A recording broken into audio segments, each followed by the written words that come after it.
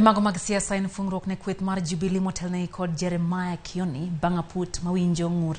mag buche mag siasa golo chik machungo kweth maduon burano motelne gi Kanini Kega bagoro moramora mar siasa elo Jubilee makaluore gi ngur manochwale nyima pudno gi Jeremiah Kioni, David Murathe kod Kagwe Gishohi kagiwacho ni kweth motelne gi Kega norem luwo chik manogol gi doho mapacho kamano machungoro moramora moluonge gi ng'ata ma ok Kioni. Bende kweth mar Kioni nochwalo ngur kagiwacho ni kweth motelne gi Kega ne oro boke ne riwruok mar Azimio la Umoja One Kenya Alliance kagidwaro wuok e duond burano kakoro giwacho ni Kega onge kod teko moramora mandiko boke magolo duond bura mar Jubilee e riwruok mar Azimio la Umoja One Kenya Alliance. Bende ne gidwaro mondo mi kwethno orit ng'eto mar doho ewi wachno.